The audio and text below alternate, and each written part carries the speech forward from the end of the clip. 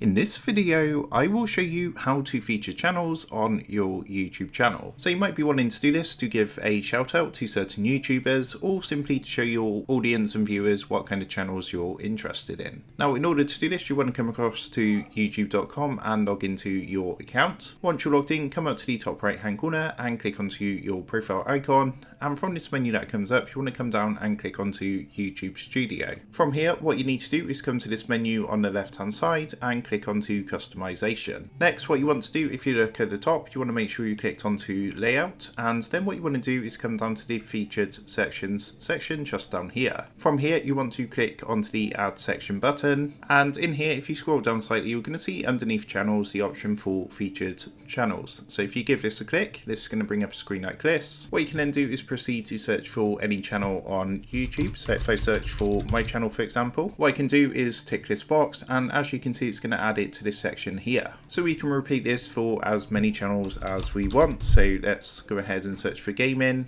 Again, I'm going to tick the box to add this one to here. So we can see our current channels in the section, and you can move these as you want for how you want them to appear on the featured section. Once that's done, come down and click done. Then what you need to do is come up to the top right hand corner and click the publish button. What it's going to do is you're going to get a confirmation at the bottom saying changes published. And if we now click to go to our channel, so I'm just going to click to go to my channel. And on our homepage, if we scroll down slightly, you can now see we've added our featured channel section just down here. So that is how to feature channels on your YouTube channel. With that being said, I hope this quick tutorial did help you out today. And if this did help you out, I would really appreciate it if you was to consider dropping down below the video, leaving a like, and also subscribing to the channel. With that being said, I just want to take a minute to thank you guys for watching this quick tutorial, and I will see you in the next video.